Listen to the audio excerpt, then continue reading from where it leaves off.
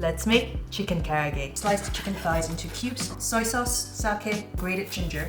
Mix everything together, then leave it to marinate for about 20 minutes. We're going to dip the chicken into the potato starch and make sure that it's covered until it's dry to the touch. Check the temperature of the oil. Once it starts bubbling up and reaches 180 degrees, it's going to be perfect to fry. Once the chicken turns into a nice crispy golden color, it should be ready. And there you have it, your delicious chicken karaage.